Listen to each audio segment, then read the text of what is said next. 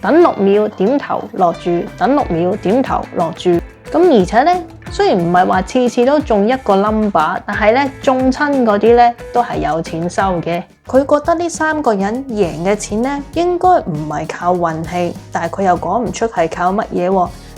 臨走之前 ，Nico 仲笑笑口講話：聽日再見啦。咁呢間賭場一聽到佢咁樣講，都真係嚇窒咗，因為講真啦，開咗咁耐都未試過話輸得咁慘嘅。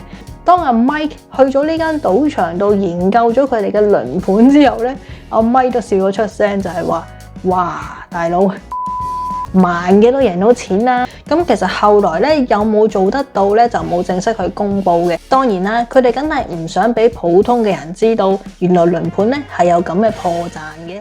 大家好啊，好歡迎又嚟到可觀仔嘅賭場頻道啊！冇錯啦，今日又想同大家講係一個非常之經典嘅輪盤事件。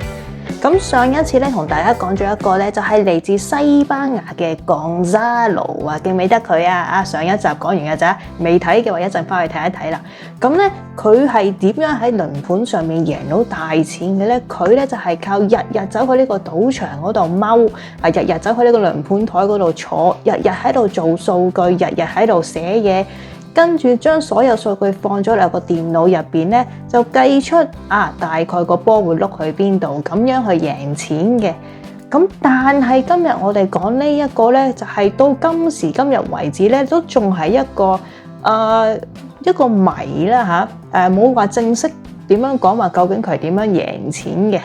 但係咧，佢做嘅嘢咧就同 Gonzalo 好唔同嘅喎，係非常非常之慳水慳力嘅。不過又唔可以咁樣講嘅，可能佢背後都做咗好多功課嘅。Anyway 啦，我哋聽下先，好冇？講落去之前咧，希望可以俾翻個 like 我同埋訂閱下我頻道。今日咧就買咗珍珠奶茶，好啦，多謝大家嘅支持。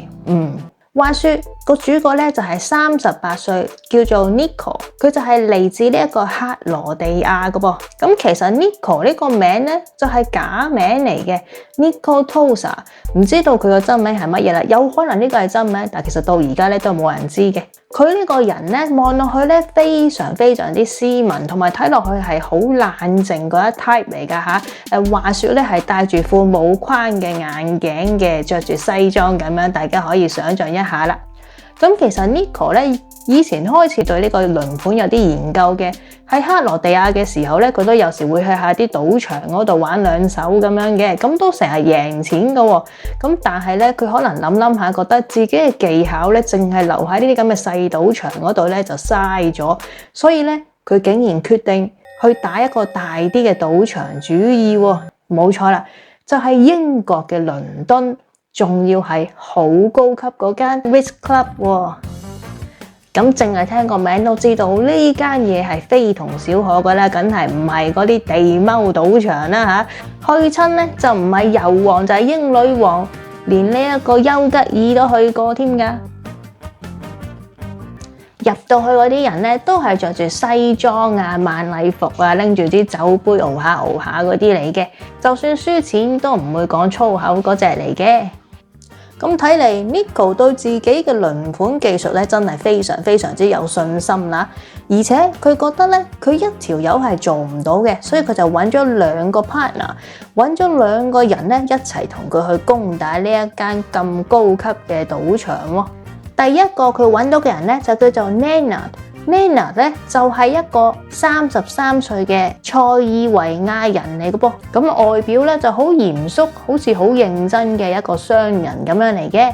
而另一個 partner 咧就係佢嘅女朋友32歲嘅 Livia 啦，形容到呢個 Livia 咧就非常之靚女嘅，滿頭金髮咁樣嘅。佢哋3個人咧就喺2004年嘅3月頭咧就飛到去倫敦嗰一度喎。但係咧，佢哋唔係揾咗間5星級酒店住，亦都唔係住喺 Ritz-Carlton 入邊嘅喎。佢哋咧竟然係住咗喺對面馬路嘅一間非常之平嘅一間酒店嚟嘅啫。咁始終咧一間房都講真幾千蚊英鎊喎，咁啊梗係唔係正常人住得起嘅啦，係咪？何況佢哋都未贏到錢。曾經有人講過咧，輪盤係賭場入邊最難贏嘅遊戲嚟嘅，就連愛因斯坦都曾經講過一句：除非你喺莊家唔為意嘅時候偷錢，如果唔係，冇人係可以喺輪盤上邊贏到一分錢嘅。去到2004年3月15號嘅一個夜晚，咁佢哋3個人咧就一齊行出呢間咁平嘅酒店，行過咗對面馬路，去咗入邊嗰間私人賭場，終於俾佢哋見到一紮輪盤台啦。佢哋喺嗰度徘徊咗一陣，然之後咧就不停喺度望乜嘢咧？就係望個波點樣轉。佢哋表現得非常之自然，非常之輕鬆，就好似啲有錢佬入到去咁樣，慢慢喺度望緊。我揀邊一個輪盤嚟玩好呢？完全咧唔會俾人覺得佢哋有咩古怪嘅。其實呢一晚咧，佢哋就淨係帶咗3萬英鎊去嗰度玩嘅啫。咁好啦，終於俾佢哋揾到一個輪盤台，佢哋覺得咧係可以賺到錢嘅。咁佢哋就坐低咗啦。坐低咗之後咧，雖然係話有3個人啦，但係真係落注咧就淨係得2個嘅啫，就係 Nenad 同埋咧呢個 Livia 嘅。咁 Nico 係做乜嘢嘅咧？即係個主腦啦。Nico 咧就係不停咁樣夾住個輪盤個波，然之後咧到某一個時間咧 ，Nico 咧就會點下頭，然後其他嗰2個人咧就會即刻行動，即刻落注啦。一齊落一齊收，非常之準同埋快，仲好一致添。玩咗幾個鐘頭之後咧，本來佢哋帶嚟嗰3萬蚊英鎊咧，已經變咗做10萬英鎊啦噃。其實講真咧，喺個咁高級嘅賭場入邊咧，10萬英鎊咧，其實都唔算係啲乜嘢嘅，所以完全係冇引起任何人嘅注意嘅。不過咁啱喺呢個時間咧，有一個新上任嘅保安叫做阿莊。呢個阿莊咧，靜靜咁樣觀察佢哋3個，冇乜特別動作嘅。但係佢覺得呢3個人贏嘅錢咧，應該唔係靠運氣，但係佢又講唔出係靠乜嘢喎？點解咁樣講呢？原來呢個阿莊係大有來頭嘅。佢唔係一個好普通嘅保安，原來佢係前英國軍情部門，專門對付呢個詐騙啊、黑市啊、軍火交易等等嘅。曾經咧為咗追一個信號咧，封鎖咗成個邊境口岸嘅噃，所以真係大有來頭噶佢呢個人。不過先講10萬蚊呢個英鎊，同埋第一次上任，而且第一次見呢3個人係有啲問題，不過佢又噏唔出有啲乜嘢問題，所以就冇乜點樣理啦。當晚 Nico 佢哋3個咧贏咗錢，就翻返去酒店啦。不過呢3個人咧有啲奇怪嘅就係，佢哋贏咗10萬英鎊，但係咧每一次佢哋贏錢咧都係非常非常之冷靜嘅，而且係異常地冷靜嗰隻，感覺上好似就已經係知道咗，肯定係贏嘅，冇乜好慶祝啊，個樣非常之嚴肅，好似做緊考試、做緊功課咁樣嘅。正常嘅賭仔贏到少少就已經威哇鬼叫啦，佢哋贏咁多錢竟然都冇乜表情喎。咁你可以話可能咧嚟親呢度玩嗰啲咧都係非富則貴噶啦，贏嗰少少錢根本不算什麼啦，對不對？但係即使咁樣講，點睇都係有啲奇怪嘅。嗰一晚 Nico 佢哋3個咧又翻去對面嗰間殘殘舊舊嘅酒店入邊啦。咁今次 Nico 咧就喺度諗緊，今晚我哋可以賺到咁多錢嘅話咧，我仲想睇下我可以喺度揾得幾多，所以佢哋決定第二日又再去過啦。咁點知到第二日咧，阿 John 咧即係頭先提過嗰位新上任嘅保安咧，咁啱咧佢就去咗飲酒慶祝咧，佢升咗做呢個保安主管嘅職位。但係諗唔到佢今日冇返工咧，竟然係可以搞到嗰間賭場輸咗好多錢啊！不過雖然都唔係好關佢事嘅。好啦 ，Nico 佢哋一班人咧又入咗去呢間咁高級嘅賭場入邊，又揾咗張輪盤台坐低咯。同尋晚第一晚一樣啦嚇，都係得2個人下注。咁 Nico 咧就喺隔離喺度睇住個波點樣碌落去。到個波咧轉咗6秒之後咧 ，Nico 咧就會俾信號啦。冇錯，點下頭。然之後 Livia 同埋 Nenad 咧就會落注咯噃。成個計劃咧非常之流暢，但係流暢得嚟咧又有啲奇怪喎，就因為佢哋三個好似個機械人咁樣喺度運作緊啊！就係佢哋三個嘅動作就好似個機械人一樣，等6秒點頭落注，等6秒點頭落注。咁而且咧，雖然唔係話次次都中一個 number， 但係咧中親嗰啲咧都係有錢收嘅。開始連呢個監控室都覺得奇怪啦，冇錯，曾經喺賭場連贏幾鋪嘅人咧多不勝數，但係佢哋咁樣咧就真係有啲奇怪喎。佢哋計嘅時間咧非常之精準，一啲都唔似普通喺度賭緊錢嘅。好啦，到半夜嘅時候咯噃，佢哋贏嘅錢咧越嚟越多，開始連個荷官啊、pit boss 啊都覺得有啲奇怪，而 pit boss 咧亦都打電話俾休息緊嘅阿莊，同佢講話：喂，你喺邊啊？我哋賭場輸錢輸得好犀利啊！你快啲翻嚟啦！真㗎，呢個電話唔係假㗎。咁當莊聽到個電話之後，就梗係吓，唔係啩？我一唔喺度搞咁大鑊嘢，哎呀！跟住佢就即刻跑翻去賭場啦。去到賭場嘅時候咧，已經係好多人啦喎。咁當然啦，去到入夜嘅時候咧，係好多嗰啲達官貴人啊、花花公子啊嗰啲啊，咩油王啊嗰啲全部出晒嚟嘅。咁當然啦，Nico 佢哋三個玩緊嘅台咧，就梗係唔係淨係得佢哋三個人玩啦，仲有其他貴賓喺度玩緊嘅。咁所以賭場咧亦都唔敢輕舉妄動嘅，費事嚇親其他人啊嘛。同埋亦都冇證據佢哋有出啲咩簽喎，人哋只不過係贏得多啫，係咪？最後 Nico 佢哋咧一開始係帶咗9萬英鎊入嚟呢度嘅，因為尋晚第一晚贏咗10萬，今日咧佢哋帶咗9萬入嚟 keep 咗1萬蚊，但係短時間內咧已經變咗做120萬英鎊啦。好多賭仔咧贏咗錢之後咧都會繼續玩輸翻落去嘅，但係 Nico 佢哋就唔同喎。Nico 佢哋咧賺夠之後咧就真係走去唱錢走人啦。賭場係點樣俾錢佢哋嘅咧？30萬英鎊咧就係俾現金嘅，然之後剩翻嗰90萬英鎊咧就係開支票嘅。臨走之前 ，Nico 仲笑笑口講話：聽日再見啦。咁呢間賭場一聽到佢咁樣講，都真係嚇窒咗，因為講真啦，開咗咁耐都未試過話輸得咁慘嘅，你仲要話聽日再嚟，唔好玩啦。咁好啦，呢一個莊咧雖然係講咗翻嚟，不過都冇用啦，都已經輸咗錢俾人啦，所以佢就唯有係去翻呢個監控室入邊，不停睇翻啲影像，究竟邊一忽出錯呢？好明顯係可以睇到 Nico 係主腦。岌下頭嗰兩個咧就幫手落注咁樣嘅，但係點睇都揾唔到啲乜嘢破綻噃。唯一一個破綻就係咧個波碌咗6秒之後咧，佢先至岌頭嘅，所以佢就決定打電話俾佢個老朋友阿 Mike。阿 Mike 咧就係一個顧問嚟嘅，咁佢對呢個物理學咧都非常之有認識嘅。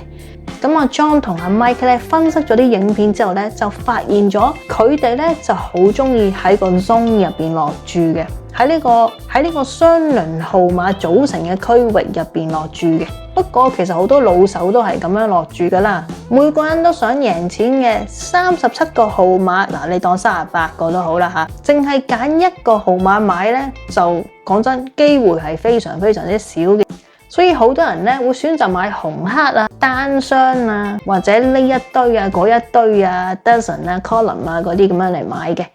咁阿 John 都知道啦，其實輪盤出簽法咧有好多嘅，咩磁石啊、鞋底裝舊嘢啊嗰啲咁樣都有嘅，曾經都發生過。有一個係用一包煙都試過啦嚇。但係今次咧，佢哋點樣睇咧都見唔到呢3條友有啲咩磁石啊、咩腳底開關嗰啲又冇喎，真係。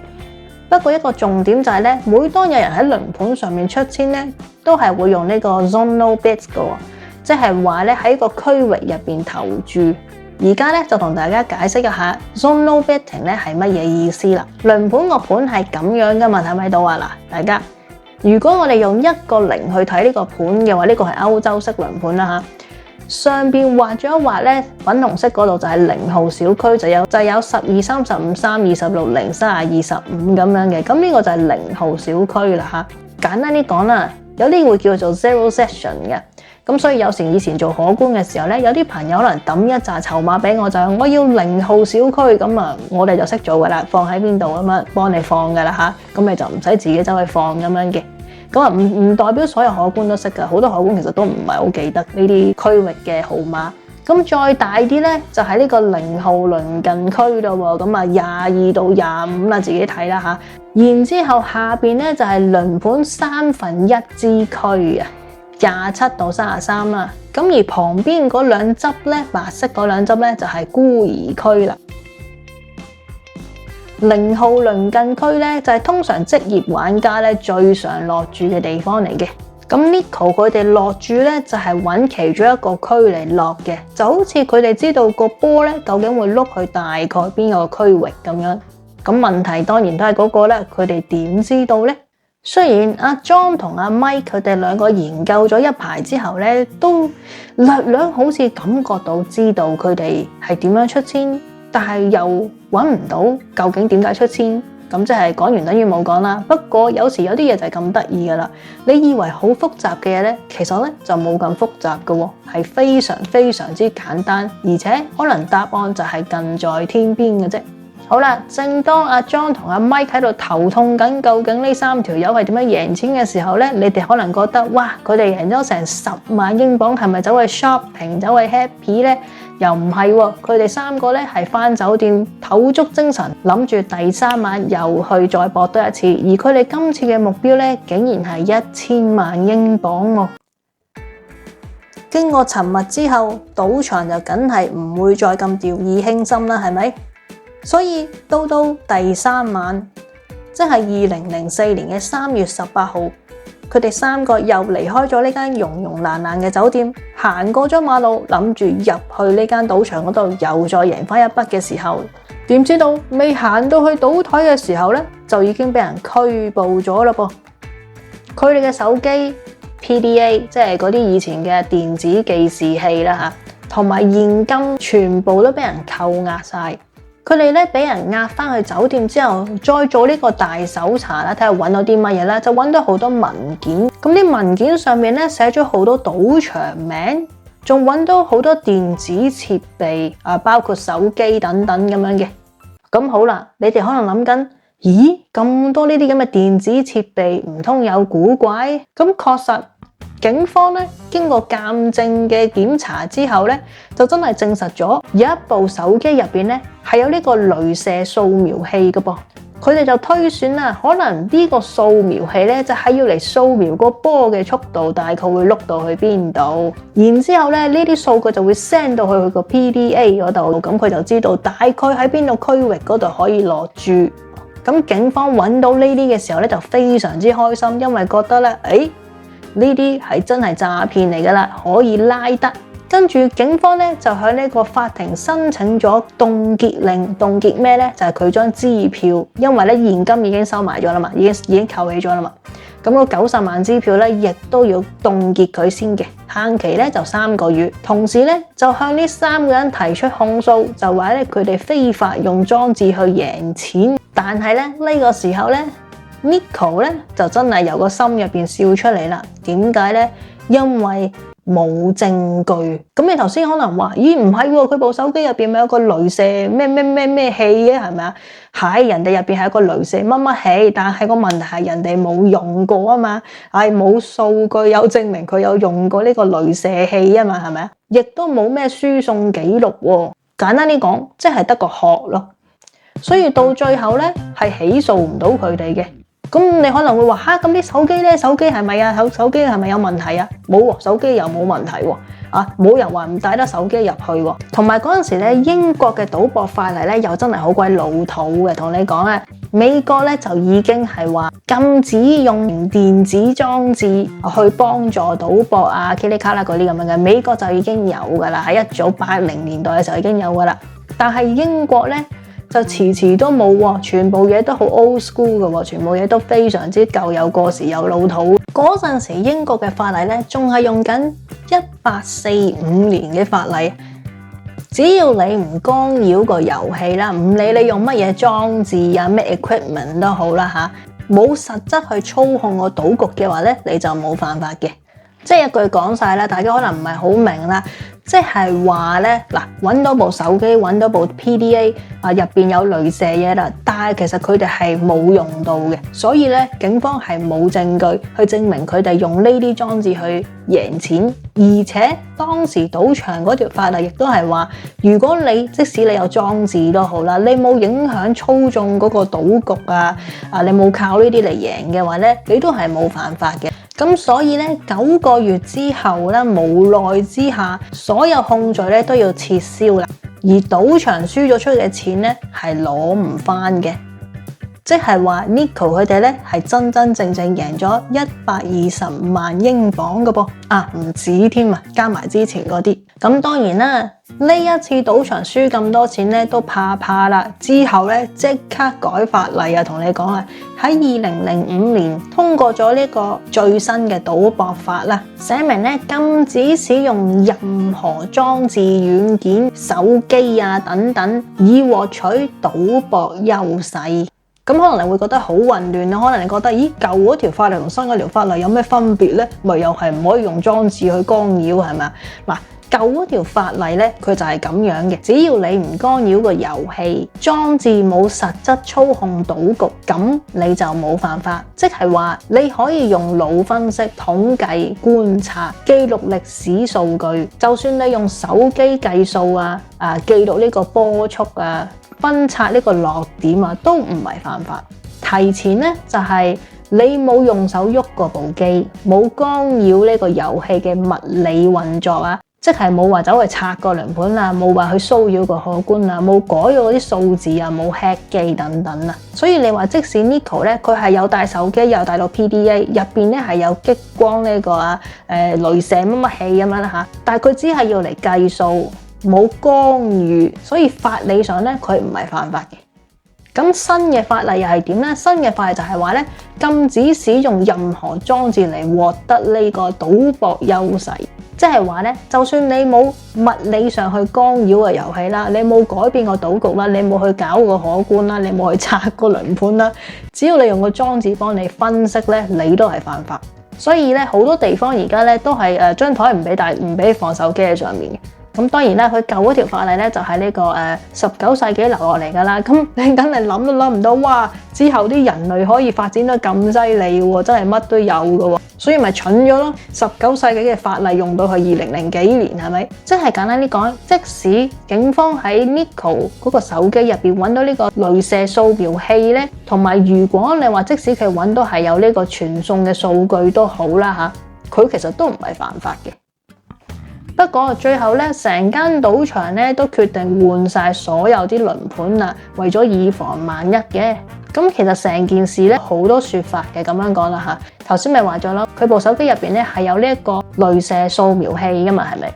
但係其實佢冇用過啊嘛，係咪？咁其實咁佢係點樣落注嘅咧？大家都好想知道，點解佢會知道個波會落去邊咧？咁好啦，我哋講翻頭先咧，嗰位保安主管嗰個 friend 物理學專家朋友啦，阿 Mike 咧。佢就有個諗法嘅，其實呢一個咧就係同我之前講西班牙 Gonzalo 一樣啦，佢亦都係揾到輪盤嘅缺陷，係物理上嘅缺陷。除咗呢個時間推移啦嚇，輪盤咧會有好多磨損啊，好多細微嘅缺陷嘅，咁從而咧就會整咗一個叫做 drop zone 嘅嘢出嚟，叫做一個落點區嘅嘢出嚟，即係話咧個波咧大概會去到嗰個地方就會跌落嚟啦。咁以下咧就有啲呢個 drop zone 嘅最常見有咩原因啦？佢係有呢個機械磨損啦，因為輪盤每日都轉幾千次咁樣噶嘛，咁有啲地方咧肯定會壞，肯定會磨損嘅，例如佢個金屬圈啊、嗰啲號碼嗰啲槽啊都會嘅噃。咁有啲部分嘅號碼槽咧就會一係變深，一係就變淺，咁個波咧就會比較容易卡入去啦。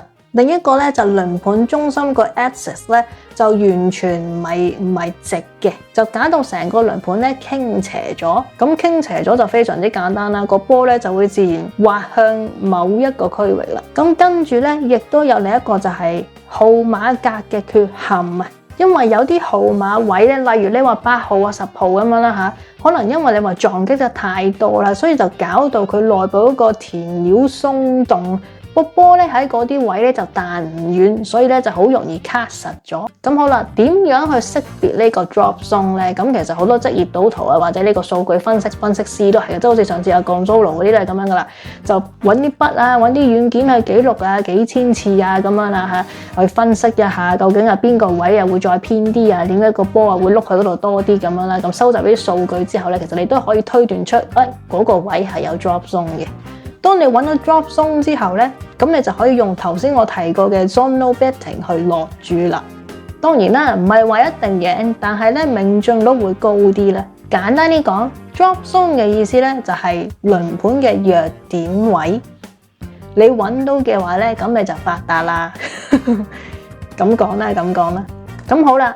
阿 Mike 咧，佢嘅推斷就係呢個 Nico 咧，就係用呢個 zonal betting 同埋揾呢個 drop zone 咧去贏錢嘅，就同嗰啲咩手機咩雷射發射器啊、咩 PDA 嗰啲係冇關係嘅。因為當阿 Mike 去咗呢間賭場度研究咗佢哋嘅輪盤之後咧，阿 Mike 都笑咗出聲，就係話：哇，大佬你啲台咁舊，萬幾都贏到錢啦！阿 Mike 話嗰度啲輪盤咧係有好明顯嘅傾斜嘅，係歪咗嘅，所以佢直情話咧根本就唔需要裝置去贏錢呢啲咁嘅輪盤，係人都你望耐啲都可以贏到錢啊！所以頭先咪講過咯，答案根本就係遠在天邊近在眼前，而且係非常之簡單，冇諗到咁複雜嘅。咁阿 Mike 咧甚至係親自帶咗呢一個政府嘅博彩委員會嘅人去睇一睇個輪盤，就同佢哋講話：喂，大佬，你睇下你啲輪盤歪到咁樣嘅，唔使電腦都贏到錢喎！你唔信我試俾你睇啦。咁後來證明咗咧，佢嘅講法係真係啱嘅喎，係真係歪得好犀利喎。同埋呢個問題咧，唔係淨係呢間賭場有，好多賭場原來都有嘅噃。唯一嘅解決方法咧，就係重新再設計嗰啲輪盤或者換晒佢咁樣嘅。咁其實後來咧有冇做得到咧，就冇正式去公佈嘅，因為咧好似係話上邊一啲比較有勢力嘅呢個賭場內部嘅人士咧就壓低咗呢件事。當然啦，佢哋梗係唔想俾普通嘅人知道，原來輪盤咧係有咁嘅破綻嘅。咁好啦，其實到最後咧，大贏家就係 Nico 同佢嗰兩個 friend 啦嚇。之後咧喺克羅地亞咧都可以揾到佢揸住架法拉利喺度跑嘅喎，係真嘅，唔係講笑噶。同埋佢有時咧都會假扮下其他人咁樣咧，就走去其他賭場嗰度玩咁嘅。咁到最後咧，大家可能都係諗緊，咦？如果係咁講嘅話，其實 Nico 佢靠嘅咧就係靠佢嘅經驗，靠佢嘅練習。去用佢自己嘅眼，用自己嘅腦去判斷個輪盤嗰個 drop zone 喺邊度，應該喺邊度落注，全部都係佢個人腦喺嗰一刻計算出嚟嘅。既然佢個腦可以咁勁嘅話，點解佢要無啦啦帶啲咁嘅 PDA 啊咁嘅手機入去喺度做乜嘢咧嚇？咁其實好多人就覺得咧，呢一個係一個煙霧效果嚟嘅啫。俾人覺得咧，佢哋係靠呢啲裝置揾食嘅，其實就唔係嘅。同埋咧，即使嗰陣時你話嗰啲裝置亦都唔係犯法嘅噃，佢亦都知道呢一點，只不過係要嚟混淆視線嘅啫。咁其實成件事咧就好似以前咪有套戲，其實真人真事嚟嘅，叫做咩足智雙雄啊，就係講入邊個主角阿 Frank，佢係周圍去呃人嘅，但係佢呃得好有技巧嘅。佢係真係叻仔嚟嘅喎，咁有一次咧，佢係想扮呢個飛機師，但係其實佢嗰陣時咧就唔係去靠呢個假證去做飛機師嘅，佢係真係考到做飛機師去做飛機師嘅。咁之後咧，曾經都有講過啦，呢個係傳言嚟嘅，唔知真定假啦嚇。咁 Nico 咧曾經咧亦都係有講過阿 Mike 嘅諗法咧係真嘅，即係佢係啱嘅噃。咁好啦，成件事咧其實就係講到呢一度嘅，只不過係講一個人咧佢點樣用自己嘅腦、自己嘅醒目、自己嘅聰明咧。佢一望就望到輪盤咧，會喺邊個位度跌個波。咁啊，當然啦，唔係話佢有超能力嗰啲，只不過係因為個盤咧係歪得好犀利，所以冇辦法啦。好似我個嘴咁樣歪得好犀利咁樣啦。同埋咧，佢每一次咧都會等6秒鐘嘅，就因為嗰6秒鐘咧就已經足以話俾佢聽個波大概會跌去邊度。所以咧，佢同 Gonzalo 咧係有好唔同嘅喎，所以有好多人都覺得好神奇啊！呢一個人即係 Nico 係直情有天眼嘅。